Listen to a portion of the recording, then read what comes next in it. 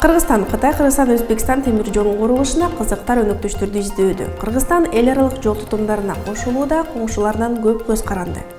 Кытайдын негизги кызыкчылыгы бул жерде биринчи приоритетте кызыкчы өзүнүн товарларын четке тартуу.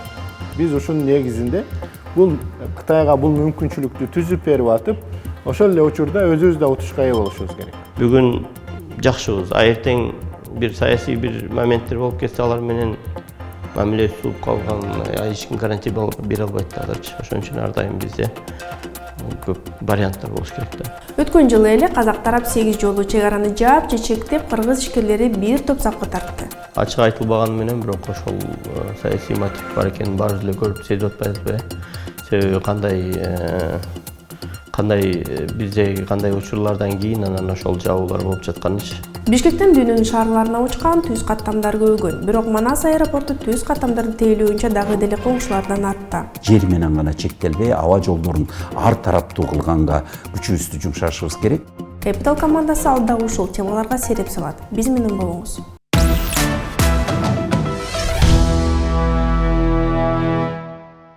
Кыргызстан Сауд Аравияны Кытай менен Кыргызстанды Каспий деңизиндеги Рус портуна байланыштырган Кытай, Кыргызстан, Өзбекстан темир жолдун курулушуна катышууга чакырып, өзүнүн транспорттук байланыштарын чыңдоого жигердүү умтулууда. Belt and Road демилгесин алкагындагы негизги инфраструктуралык долбоордун бири бул Кытай, Кыргызстан, Өзбекстан темир жолу. Анын курулушу боюнча келишимге өткөн жылдын сентябрь айында Өзбекстандын Самарканд шаарында өткөн Шанхай кызматташтык уюмунун саммити маалында Кыргызстандын президенти Садыр Жапаров, Кытай лидери Ши Цзиньпин жана Өзбек президенти Шавкат Мирзиёев кол коюшкан. Кытай, Кыргызстан, Өзбекстан темир жол магистралы бул Кытай темир жолдорун Өзбекстан жана андан ары Афганистан, Иран, Турция аркылуу Европа темир жолдор тутуму менен байланыштыруу үчүн түзүлгөн долбоор.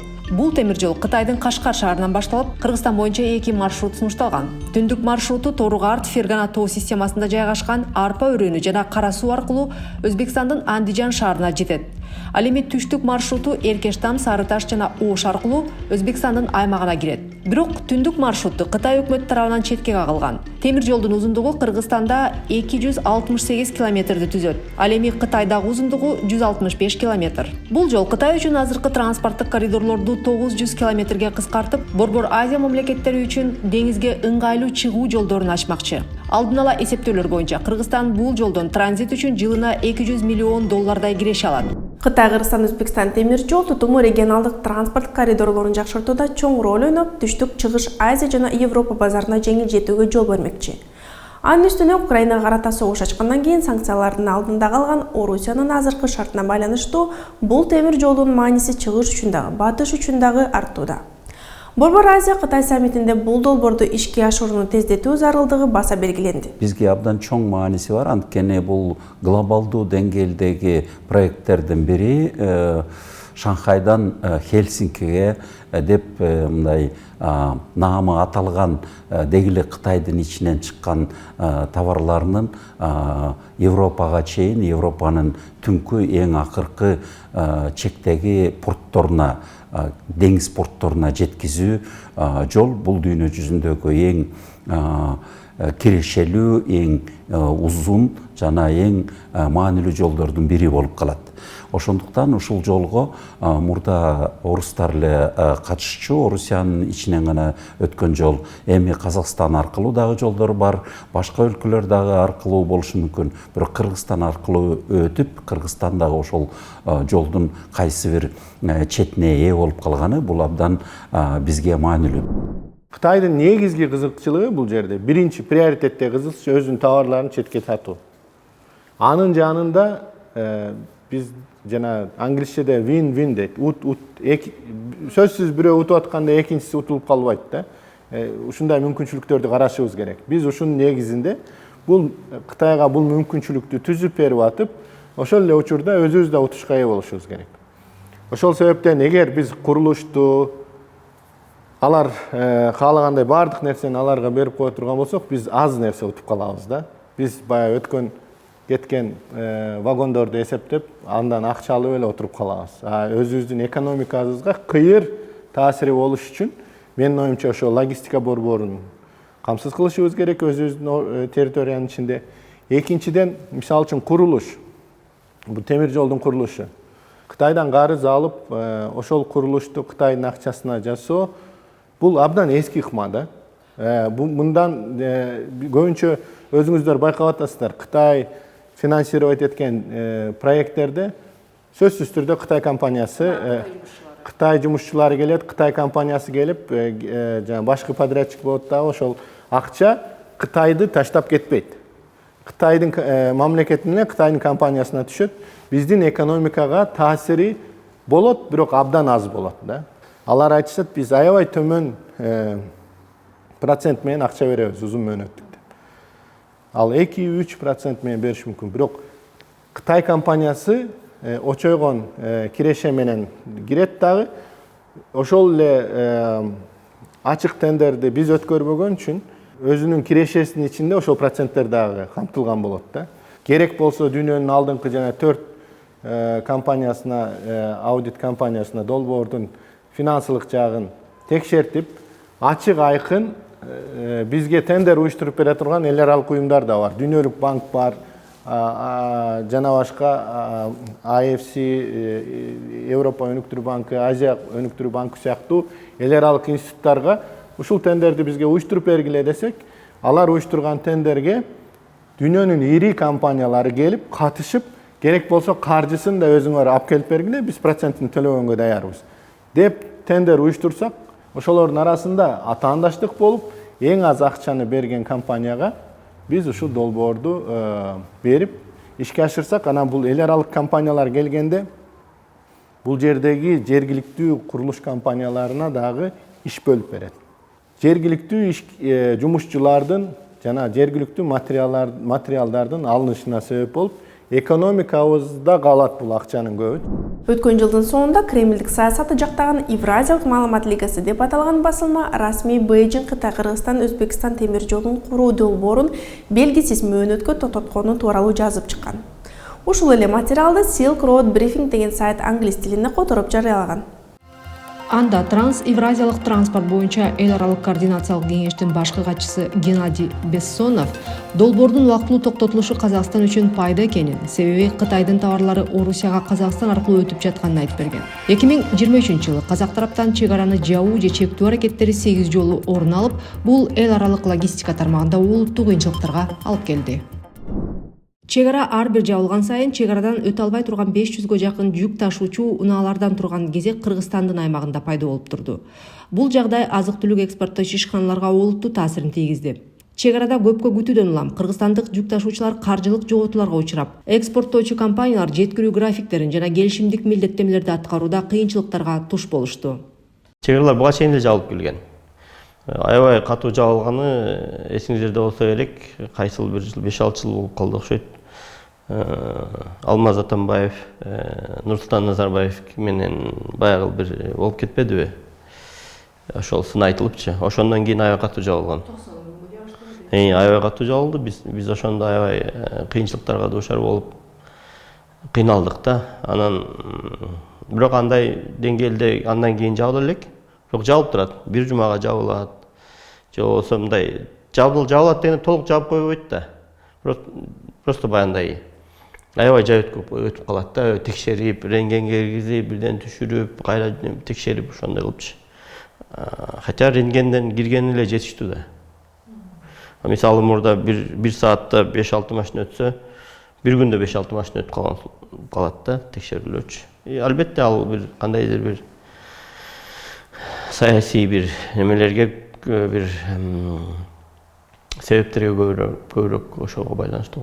Ооба, сиз айткандай чынында чек аралар буга чейин да жабылып келген, анан мындан ары жабылбайт деп дагы эч кимге бирлик бере албайт да тилекке каршы. Бул көп учурда кандайдыр бир саясий маанайга жараша иштей көрүнүп калат да. Дегеним өзгөчө былтыркы жылдардагы жабуулар суу маселесине көбүрөөк байланышып калып атты. Ушул сууга байланыштуу маселе чыгаары менен эле казак тарап чек араны жаап коюп атты. Айтор реалдуу себептерден дагы саясий себептери көбүрөөктөй сезилет да. Ачык айтылбаганы менен бирок ошол саясий мотив бар экенин баарыбыз эле көрүп сезип атпайбызбы? Себеби кандай биздеги кандай учурлардан кийин анан ошол жабуулар болуп жатканыч. Бирок эми ага ар дайым эле ал жактан бир өзүнүн баягындай жооптору бар да. Бул жөн гана биздин жумушубуз, бизден плановый проверка дегендей жооптор менен ошондой жооп беришет да. Бирок негизинен саясий мотив бар. Анан эң негизгиси эми баарыбыз эле билебиз да, бул жерде эки өлкө тең ошол ЕАЭСте мүчө болгондукка байланыштуу ошол жерде мындай товарларды мындай талашуу да. Себеби казак тарап айтат, биз өзүбүздүн өлкөбүз, биз дагы ошол ЕАЭСтин бир мүчөсү катары биз коргоп атабыз депчи. Бири-бирин эки өлкө бири-бирин мындай айыптамай бир нерселерге, мисалы силерде контрабанда болуп атат, биз да жакшы иштейбиз. Же болбосо биз жакшы эле иштеп атабыз, силер жөн эле тосуп атасыңар дегендейчи. Эми чындыгында бул кызыкчылыктардын кагылышы болуп жатат да, айрыкча финансылык кызыкчылыктардын. Мисалы ошол эле санкциялар жөнүндө сөз болуп баштаганда казак тараптан кадимкидей эле маалыматтык чабуул болду да. Орустарды санкциялык товар менен камсыздап аткан бул кыргыздар, кыргыздарга чара көргүлө деп ачыктан ачык эле маалыматтык чабуулга алышпады. Бирок чын-чынына келгенде, сөзүн ачыгын айтканда, Борбор Азиянын баардык мамлекеттери эле мына ошол кош импорт менен алектенип жатышат. Аны бир жалгыз Кыргызстан жасаган жери жок да. Ошондой эле баягы ошол себептен улам дагы Казакстан альтернативдик жолдордун курулушуна көбүрөөк каршы, себеби өзүнүн баягы таасирин, жол тутумдардагы таасирин жоготкусу келбейт деген да маалыматтар чыгып атпайбы? Ачыгын айтканда эми баарын деле бар. Аны жок деп айта албайм, бирок бул жерде кээ бир баягы орусча айтканда товарный позиция деп коет да. Кээ бирлерге ачык эле жасалып атпайбы ал нерселерчи. Мисалы ошол эле Кытайдан келген машинелер, ошол эле мисалы Кореянын машинелери Кыргызстан аркылуу кетип аткандары. Бул нерседен бардыгы эле көрүп берип турушат, эми көбүнө ал керек деле нерсе. Анан бирок ошонун баары чыгып атат. Алар просто негизгиси бул жерде казак тараптын колунда бир рычаг бар, жол бар да. Биз ошол эле казак тарап аркылуу өтүп атпайбызбы Россиягачы. Анан текшерүүлөр бар да. Ошон үчүн мен угуп да жүрөм, бирок эми эч кандай доказательство мындай жок болуп атпайбы, бирок ал жакта деле ошондой эле ушул иш менен шугулданып атышат да. Бирок бул жерде мен ушунда ушуну бир курал катары колдонуп коюп атышат да. Эми баягы биз сөз башында айткандай, бул чек ара маселеси бүгүн эле чыга калган маселе эмес. Бул канча жылдан бери эле ушинтип эле баш аягы чечилбей келаткан маселе да. Мунун баягы бирден бир чечүү жолу деп альтернативдик маршруттарды өнүктүрүү жөнүндө сөз көп жылдан бери эле айтылат, бирок акыркы жылдары бир аз кыймыл болгондой сезилип атат. Дегеним бул баягы Кытай, Кыргызстан, Өзбекстан темир жолун куруу боюнча баягы азыр өзгөчө акыркы соңку геосаясий окуялардын фонунда дагы бул жолду тездетүүгө бир топ тараптардын кызыкчылыгы келишип калды да. Ошол эле Батыштын, ошол эле Кытайдын өзүнүн, анан ошонун шарапаты менен Кыргызстан дагы өзүнүн бир кызыкчылыктарын эртерээк чечип алабы деген бир үмүт пайда болгондой болду да. Эми биз азыр бул нерсе негизи буга чейинки бийлик баарын деле ошол маселени алар билип, сезип келишкен да. Анан белгилүү бир себептерден улам бул иштер жылбай келген да. Эми баягы 2-3 жылдан мурун Самаркандта кол коюлуп, анан ошол башталат деп аткан болчу. 2023-жылда башталып кетет экен деп аткан, бирок белгисиз бир себептер менен бир жылга жылды деп угуп калдым. Бирок бунун ошол кол коюлганы бул өзү бир чоң бир бул жерде кадам болду да. Анан бул жагынан азыр курулуп элек деген мен аны эми компетенттүү органдар билсе керек. Биздин Тышкы иштер министрлиги, Транспорт министрлиги, бирок менимче мен бир имиштерин укканым бул баягы финансирование маселесин толук чечилиги болуп жатат го деп ойлоп жатам да. Ошол эле маарда албетте бул казак тарап дагы биздин кээ бир өнөктөш өлкөлөргө бул нерсенин кереги жок да. Алардын дагы может кандайдыр бир таасири болуп аткандыр. Бирок анын баарын эми биз баягы колунан кармап алгандай ачык айта албайт экенбиз да. Альтернативдик жолдун бири деп жанагы Кытай, Кыргызстан, Өзбекстан мультимодалдык транспорт коридору айтылып, былтыр ошол ишке кирип, Кытайдан чыккан жүк биринчи жолу ошол Кыргызстандын аймагында унаа менен андан ары кайра темир жолго жүктөрү Өзбекстанга кетти деп баягы маалыматтар чыкпады беле. Ошол жол азыр бүгүнкү күндө иштеп жатабы? Анан бул жолдун мааниси Кыргызстан үчүн кандай болуп атат? Ал жол иштеп атат. Ошо аркылуу Эркештамдан ошо аркылуу Өзбекстанга кирип атат. Жакшы иштеп атат. Бүгүнкү күндө менин угушумча дээрлик терминалдар, ошол менен иштеген терминалдар бар. Ошол Өзбекстанга кеткен жүктөрдү перегруз кылып иштепчи. Ошол эле маалда Өзбекстандын машиналары да бизге кирип алып чыгып аткандары бар. Ушул маселе боюнча мен өткөндө бир менин таанышым чалып мага айтат ошонун кереги деле жок болчу, бизде мурда бизге келип алып турчу алар депчи. Ошол эле Кара суу базарынан.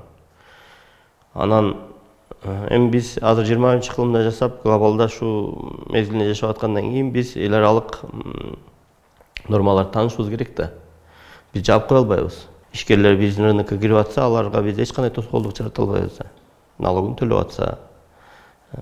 Ошон үчүн мен ойлойм, биздин ишкерлерибизге ошол сапатын жакшыртып, конкурентно способный болуш керек да, орусча айткандачы. Андан башка жол жок, жолду мен көрө албайм да. Кеп альтернатива атаандаштык жөнүндө сөз болуп жатат да. Кыргызстан деле канчалык баягы альтернативдик жолдорун көбөйтүп алса, коңшулардын жанагы саясий рычагтары дагы бошоңдойт эле да. Мисалы, чын-чынына келгенде көп учурда Казакстан менен Россия жол маселесин, логистиканы эң чоң саясий рычаг катары колдонгону эми бул айдан ачык маселе да.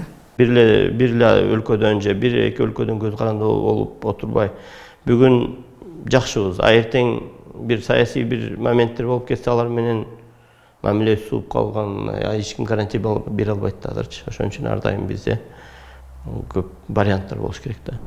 Альтернативдик маршруттардын дагы бири бул аба жолдору. Кыргызстан бир канча жыл мурун ачык асман саясатын Борбор Азия мамлекеттери арасында биринчи болуп жарыялаган. Бирок бул саясатты аткарууда өкмөт начар иште Бишкекте дүйнөнү байланыштырган аба каттамдардын саны чектелүү ойдон калууда. 2023 жылдын жыйынтыгы менен Манас эл аралык аэропортунан чет өлкөгө түз каттамдардын саны өскөн. Бирок дагы деле Бишкекте дүйнөнүн алдыңкы шаарлары менен байланыштырган каттамдар аз. Экономист KG порталы Борбор Азия өлкөлөрүнүн борбор шаарларынын аэропортторунун расмий маалыматтарын жана аба каттамдарды тандоо кызматтарынын маалыматтарын талдап чыккан. Бишкектен дүйнөнүн 28 шаарына түз рейстер бар. Анын 10-у Россияга. Ошондой эле Кыргызстандын борборунан Азербайжан, Индия, Казакстан, Кытай, Корея Республикасы, Кувейт, Бириккен Араб Эмираттары, Пакистан, Сауд Аравиясы, Туркия жана Өзбекстандын шаарларына түз учууга болот. Бишкектен түз каттамдар көбөйгөнү менен Кыргызстанды Европа, Америка, Түштүк Чыгыш Азия менен байланыштырган каттамдар жок. Маселен, коңшу Казакстандын Алматы аэропортунан дүйнөнүн 42 шаарына түз учууга болот. Анын ичинде Улуу Британия, Германия, Италия сыяктуу Европа өлкөлөрүнө, ошондой эле Түштүк Чыгыш Азия өлкөлөрүнө түз каттоого мүмкүнчүлүк берет. Өзбекстандын Ташкент аэропорту 61 багытты тейлеп, анын ичинде Европадагы, Түштүк Чыгыш Азиядагы жана ал тургай АКШдагы шаарларга түз учууларды камсыз кылат. Биз туюк жерде болуп советтер мезгилинде СССРдин туюк четинде кыпчылып калгандыктан бүгүнкү күндө биз ар тараптуу жол коридорлорубузду, соода коридорлорубузду кеңейткенге аракетибиз дагы толук жумшалбай атат. Биз биринчи иретте аба жолдорун өнүктүрүшүбүз керек. Анткени биз жер менен гана чектелбей, аба жолдорун ар тараптуу кылганга күчүбүздү жумшашыбыз керек. Экинчи ирет биз ушу темир жолдорубуздун Москону каратпай эле башка жактарды да каратып, мына ушул жол болуп калса, бул биз түштүк тарапты көздөй ар тарапка узап кетүүгө мүмкүнчүлүгүбүз байланат. Андан тышкары жер жолдорубуз дагы кезекте турат, аларды дагы кеңейте беришибиз керек, жакшылата беришибиз керек. Анан ошол жерден өтүүчү товар элдердин, пассажирлердин жеңилдиктерин дагы талап кылышыбыз керек. Анан сөзсүз түрдө биз интернет жолун эске алышыбыз керек. Биздин интернет жолубуз дагы бүгүнкү күндө көбүнчө ушу бир-эки кошунабызга эле байланган. Муну дагы ар тараптуу кылганга аракет кылышыбыз керек. Бул Capital командасы даярдаган бизнес обзор болду. Дүйнөдөгү жана аймакта болуп жаткан экономикалык тренд тенденцияларга биз менен көз салыңыз. Ишиңизге ийгилик.